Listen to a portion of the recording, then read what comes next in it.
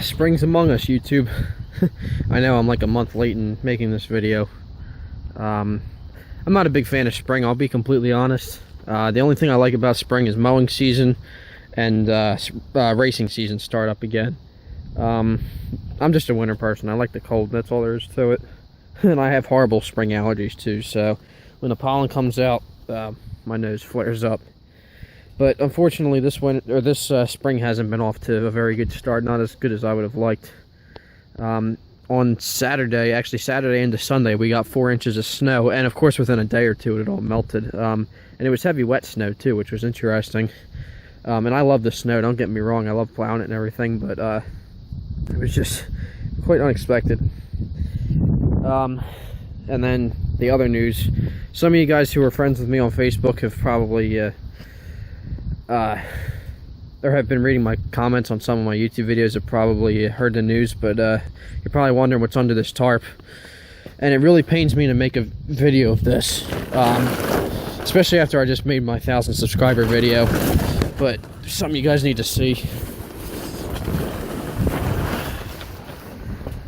Yeah, this is the John Deere 316, believe it or not. It really makes me sick to talk about this, but I figured since everyone seemed to love this tractor and it was my main worker, it's worth making a video of.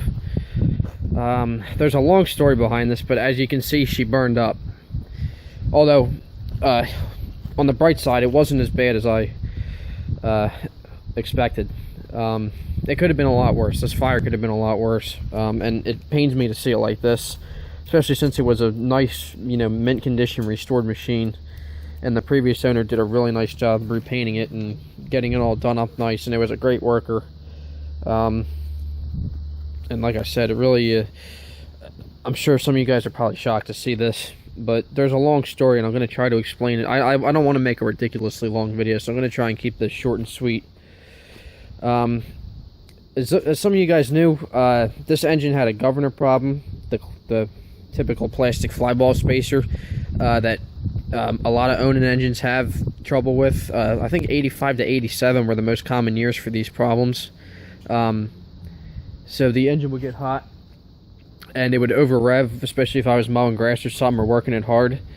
And over time, that puts wear on the engine much quicker than typical wear, because it's running hotter, and these old horizontal twin engines do not like to be run hot at all. So I figured, you know what, well, it's still cold outside before we have any grass to mow, and since the snow had pretty much receded, I figured I would pull this engine out and do what I could to teach myself a little bit about the Onan engine, since I never worked on one before, and I figured I would try and fix this flyball spacer problem. On Facebook a couple months ago, there was a guy, Dustin, I won't mention his last name, but he was on the John Deere Garden Tractor page, and he had mentioned that he was parting out a 318 with the B series Onan motor, and he parted it out because the cam gear broke. It had a couple broken teeth, and the flyball spacer that was causing all my governor issues is actually a piece that's glued onto the cam gear. So it's basically a whole assembly. You have the cam gear, and then you have the flyball spacer glued to it with the ball bearings on the inside, and that's how the governor on these horizontal Onan engines is run. It's run off the centrifugal force of the camshaft turning. It's a long story. Maybe if I can get my video editing software to work, I can throw some pictures into the project. But it was the middle of March, and I figured, you know what, I've got time before it starts getting warm, and before I have to start mowing grass, and this engine runs pretty good. It doesn't need a rebuild just yet, so I'm going to try and do what I can to get it 100% functional, fix the governor problem. That was my main intent, and I had a couple little things here and there that I wanted to do. So with the help of my friend Jimmy, John Deere 318 guy, and a couple other guys, a couple other friends of mine, Tim, DJ, and a few others, and thanks to the advice of a few guys on my tractor forum and Facebook too, I taught myself how to remove the engine, and figured out how to unhook the drive shaft. It's really simple on these little garden tractors, but this was, like I said, my first time working on a 300 series taking an Onan engine apart. So it was a little bit of a struggle because I could tell the engine had never been out before. The previous owner never had the engine out when he restored it, which kind of skeeved me. But the engine was fine. I mean, for having, it had about 1,300 hours, just over 1,300 hours on it at the time. And it was running great. I mean, usually around that point, if they haven't been taken care of, they own and start to you know, burn a lot of oil and show signs of wear, and then they need a rebuild. But this one, I got lucky with it. This one was, aside from that governor issue, it was running great. Only smoked every once in a while. Didn't use too much oil. So I wasn't going to do a full rebuild. I just tore it apart, and I found a ton of grease and oil and debris buildup from all the mowing and from 30 previous years of work, you know, mowing and stuff like that. So I got several cans of degreaser and carb cleaner and stuff like that. I spent a lot of time going through cleaning all the debris and everything out of the cooling fins of the engine, because I'm doing everything I can to try and, I was trying to do everything I could to keep this engine running cool, because that's what these Onan engines need. They run off of, you know, when they run wide open throttle, and they need as much cooling as they can get. So it's essential to make sure that you have all the debris and everything cleaned out. And with these particular tractors, they've got vents, you know, on the side panels, on the dash tower, and even on the belly screen underneath. I don't know if you can see that, but I did everything I could to clean it out and get the engine all cleaned up, and to help it breathe a little bit better. I tore the flywheel off with a gear puller, and got the timing cover off, and it took me a couple tries, but I finally figured out how to remove the gaskets and the I used some heat, and I removed the old flyball spacer and took that new flyball spacer, the steel one that I got off of that guy on Facebook. I took that off of the cam gear that I bought. I took some red heavy duty Loctited the metal flyball spacer onto the cam gear, and then basically put it all back together, the timing on the timing cover side anyway. I replaced the timing cover gasket and a few other things, and I started to notice, once I got it cleaned up, I started to notice several oil leaks, which would make sense because this thing had dirt and debris buildup all over it. It was leaking oil from quite a few places, and I never really took the time to notice. And these Onans, you know, they get old, they get worn, and they start leaking oil and using a little bit of oil. And I actually saw someone made a list of the things that tend to go first, like what leaks first, what needs to be replaced first, and that included the timing cover seal, which I took care of, and the oil filter adapter gasket, which is you can't see it from here, but there's a plate that holds the oil filter onto the block. It was like a later add-on kit for the Onan engines, because the early ones never had oil filters on the 316s.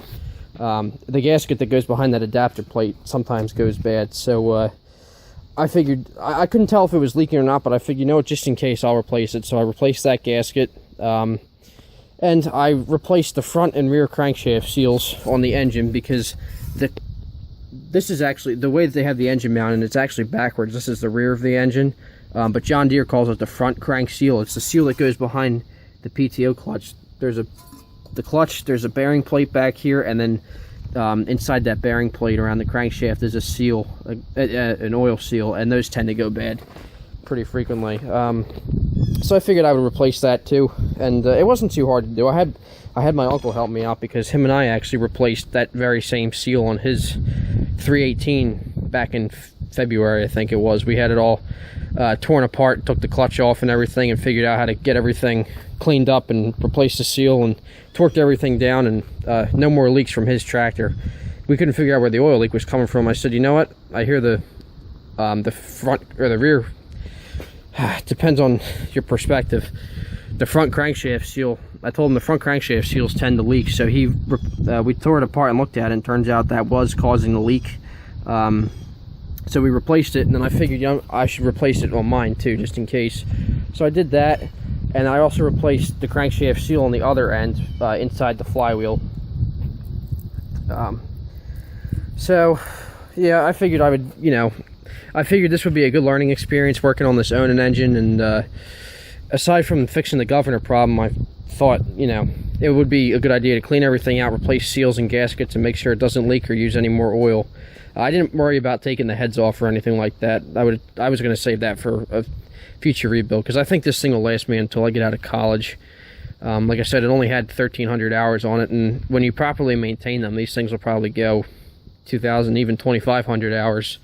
My uncle got 2,500 hours out of his first Onan engine in his 318 before it finally gave up the ghosts.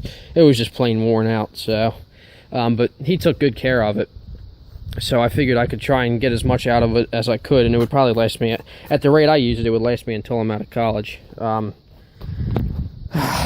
So that's that. I got everything back together, did a little troubleshooting. I got the engine hooked up, got all the fuel lines, cables, everything hooked up, started it up and drove it around a little bit, got the blade sharpened on the mower deck, and threw it under there.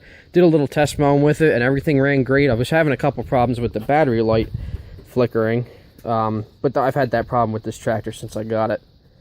So I figured I'm not going to worry about it. And then mowing season came around. This is last week, so 2 Mondays ago. I went down and mowed the neighbor's yard all the way down there. First mow of the season. I haven't even mowed my own yard yet. I went down there, mowed with it, and mowed perfectly. It started right up. It ran really strong and was running really cool. It wasn't overheating or anything. No battery light problems, no nothing. Got it home, let it idle for about 10 minutes, like you should do with any old air-cooled engine.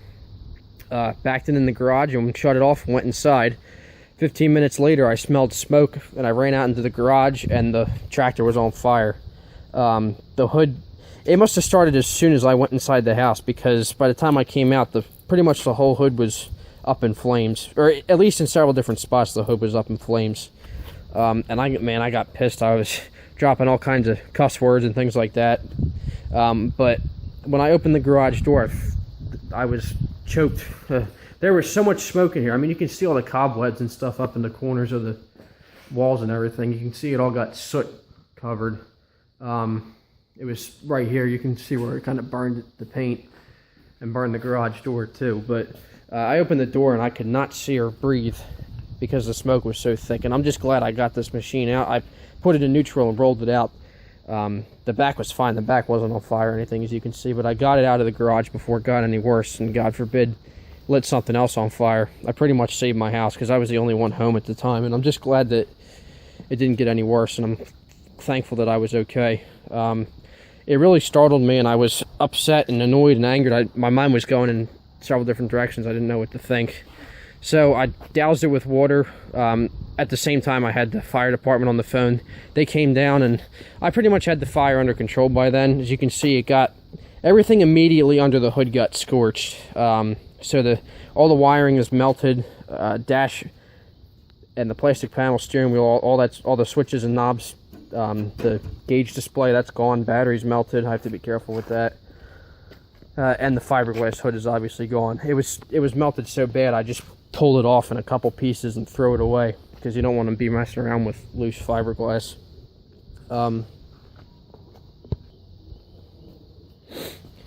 So the fire department showed up, and unfortunately, I mean, it really pained me to see them do this, but they tore the side panels and the air cleaner off with crowbars, which I really hated to see them do that. But you can see what they dinged everything up. But you know what, they're just doing their job. That's part of what they have to do, so that, you know, that's their way of checking to make sure nothing else was on fire underneath that we couldn't see. But they pried the side panels off and the air cleaner. They broke a piece off of the carburetor. I don't know if you can see down there, but and like I said, everything plastic melted. But I'm just thankful that the mower deck was okay. The engine itself looks to be okay, besides the air cleaner being gone. And the transmission is fine. Everything else is fine. But the sheet metal is all pretty much junk. And it's a shame, because the previous owner did such a nice job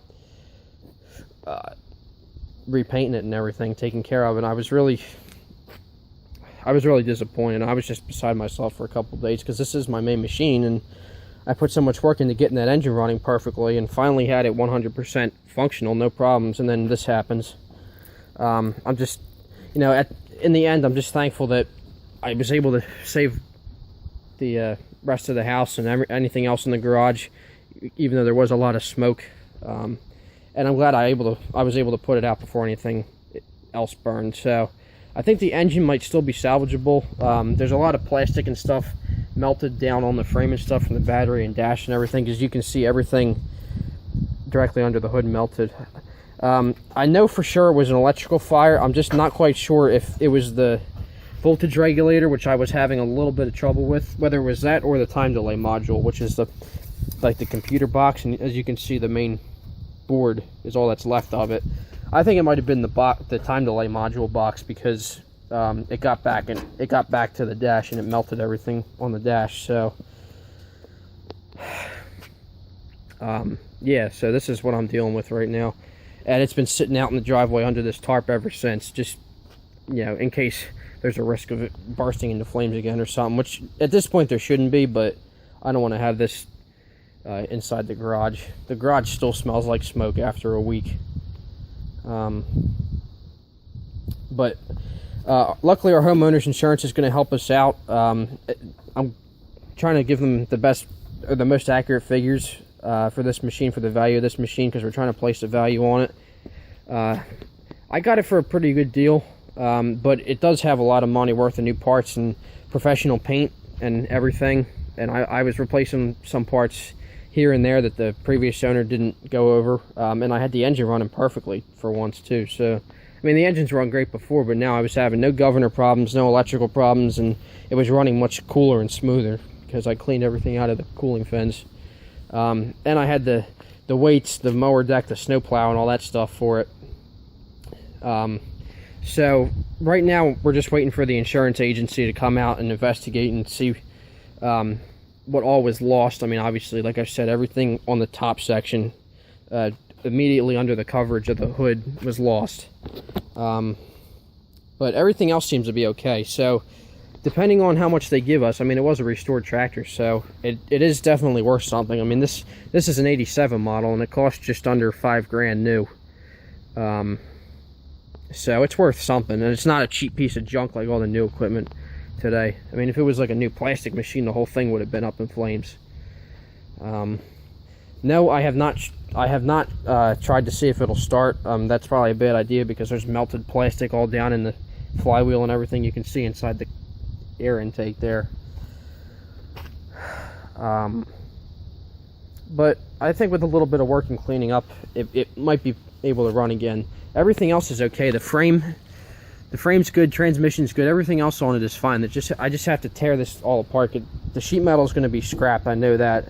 It's a shame to see that paint job go to waste, but everything got burned pretty bad, even the fenders.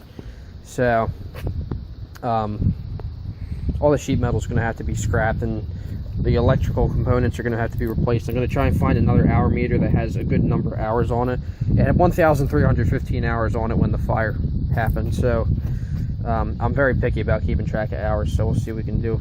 See if I can find an hour meter for it or something. And see, you know, that is provided that the insurance company helps us out a good bit. But we'll see. So I've been really down in the dumps about this, and it's a shame, and I'm sure a lot of you other guys are upset to see it like this too. But I'm also really thankful that I have a really good group of friends on social media, and friends that I met local to me, you know, other people who collect garden tractors, especially the John Deere's, people who have helped me out, especially my friends DJ and Jimmy and Tim, because even though the 316's burned up and the Cub Cadet has a rebuilt engine, I still wanted an old John Deere. I'm still in the meantime, while we wait for the insurance company to help us out and while this thing just sits, I wanted to be able to run another John Deere. And since the 210 is actually set up as a garden tractor right now, I never showed this to you guys. This is my new Brindley plow that I bought over the winter. I got it all adjusted. I'm going to take it to a plow day soon, test it out, and I got all my weights and stuff on it. But since the 210 is not set up to mow right now, and the Cub Cadet, I just want to let my grandfather use it, enjoy it with the new rebuilt engine. I don't want to abuse it because I have a lot of mowing to do. But anyway, after my friend Jimmy found out about this fire, and after DJ and Tim heard about it, they all got together and collaborated, and Jimmy said, hey, you can borrow my 89 John Deere 318, as you can see here. And that was, I really couldn't be more thankful for a group of friends like these guys, and I'm really glad that this happened. And Jimmy offered me his 89 318, which you can see here. Some of you guys who have subscribed to him, you've seen this tractor before. 89 John Deere 318. This is one of his extra tractors. He wasn't really using it. I said, I'll help you free up some space in your garage. So until we get the 316 situation figured out, which I'm still really upset and in the air about, I'm just going to use Jimmy's 318. He was really nice to clean it all up, and he put a different set of fenders on it because the old powder coated fenders were starting to peel. You know, it's not a perfect tractor. It doesn't have fresh paint or anything like the 316, but for what I need right now for a couple weeks or even a month or so, this should be perfectly fine. I actually, when I started looking at a 300 series tractor a couple years ago, I offered to buy this tractor, but it had lower hours on it then. For some reason, I never got around to it, but this is a good tractor. It needs a little bit of work. Like I said, it's not perfect. It's got, it's got higher hours. It has a couple little leaks like the power steering cylinder and a couple little things here and there. But I threw my mower deck on it. Luckily, the mower deck was on the 316 and it wasn't damaged. Just a lot of ashes and stuff that fell on it. But it just has to be cleaned up. So I swapped the mower deck over after I picked it up. I picked it up on Friday. I drove up to Pennsylvania, met up with him, and we swapped. And I'm just really thankful to have friends like him and DJ and Tim and all the other guys who I'm friends with on Facebook and through YouTube and even the local guys. This hobby's really gotten me far, so it's great to have lots of connections. I've had a lot of people offer me help and offer me parts and stuff to replace the 316, but for now, until the insurance adjuster person comes out by the end of the week, not exactly sure when, until they come out to assess the damage, I'm just gonna, until they come out to assess the damage and we figure out what's gonna be the fate of this tractor, I'm just gonna use Jimmy's 318. I love having the power steering and the individual brakes. I actually bought a set of individual brake pedals off of Jimmy, off of one of his parts tractors a couple months ago, and I was gonna install them on the 316 because I love having the split steering and it helps when you get stuck in a rut too. I never got around to installing them though, and now it's kind of late, but you know what, enough talking. I've talked a lot. For what I need right now, this machine is just the right machine. I just had it running, so. Like I said, it's not perfect, but it's a good, hard-working machine. I actually have to go out and mow with it now. I have a neighbor who needs to get their lawn mowed, so I'm actually going to take it out now. But those of you guys who have subscribed to him, you've seen this tractor before. John Deere 318 guy. If you haven't subscribed to him or you don't know who he is, go check his channel out. He's got some cool equipment, including this tractor. And he's taking good care of it. He's fixed a couple things with it. But unfortunately, the 318 features grew on me, such as the turning brakes, power steering, and the extra hydraulics. So depending on the outcome of the insurance, depending on how much they're willing to give me for this machine, I'm either going to rebuild the 316 or part it out. I'm going to scrap the, if worse comes to worse, I'll scrap the sheet metal and then sell the rest as a rolling chassis, because everything else on it's fine. The engine's pretty good. I'd clean the engine up too, but I'd sell it as a rolling chassis or sell it for parts, keep the mower deck, and then in that case I'd like to buy a 318. I'm not sure if I'd buy this one. It's a really good tractor, don't get me wrong. I'm just afraid that I put 300 hours on this 316 last year, which was a lot more hours than I expected and a lot more hours than you usually put on a tractor in a year. I just used it so much, so I'd just be afraid to wear this machine out quickly because it does need a little bit of work. But that is 300 hours a year is a lot of work for a machine. So I'll think about it, but I'm really starting to like the 318s. I'm looking at a couple of different ones, but I can't get my hopes up. Right now I'm just going to use Jimmy's 318 that he was really nice to lend me, and hope that we have a good outcome with the 316. I'm just, the fate of this tractor depends on what the insurance company is willing to give us. And like I said, I gave him, I'm going to give him quotes and stuff for all the parts. I tallied up all my receipts for parts that I put in it, just little stuff like seals and gaskets and a couple other little things, little parts like I added tail lights and a fuel gauge and the seat cover, just little things. So it's definitely worth something because it's a restored tractor and it was in very good condition at the time. I had finally gotten all the kinks out of it. But we'll see. I'm keeping all the attachments and everything too. This video is a lot longer than I would have liked it to be, but I just wanted to give you guys an update, and not a very good update, unfortunately. It's really upsetting to see that I had to go through this, especially after it took me 3 years to find a nice 300 series, but I'm just thankful that I have friends that are willing to help me out, because right now Jimmy's 318 will do just fine. I'll have it for probably a month or so. So maybe I'll make a couple videos with it. I'm actually going on my senior class trip to Disney World. I'm leaving tomorrow morning real early, so I won't be able to make any videos this week, but I do plan to make some videos of me mowing with it, maybe doing a couple other little things in the meantime, and then we'll see what I can get from the insurance company, and we'll see what the deal is with the 316. So thank you guys for watching. Sorry for this disappointing update. I'm still, my mind is still scrambling about it, but in the end, my house was safe. There was a lot of smoke and everything, a lot of smoke damage to like our Christmas decorations hanging up there, up on the shelves, and things like that. But I'm just thankful that the rest of the house didn't catch and that nothing else caught, and that I was okay, I wasn't hurt. So that's all that matters. So for now, this will be the impromptu replacement machine, Jimmy's 318. Like I said, go check him out, and I'd like to thank him and DJ and Tim for setting this up for me and see what we can do with it. So that's enough of my rambling. Hope you guys enjoyed this video, if it's possible, and we'll see what I can do with this 318 for now. So thanks for watching, guys.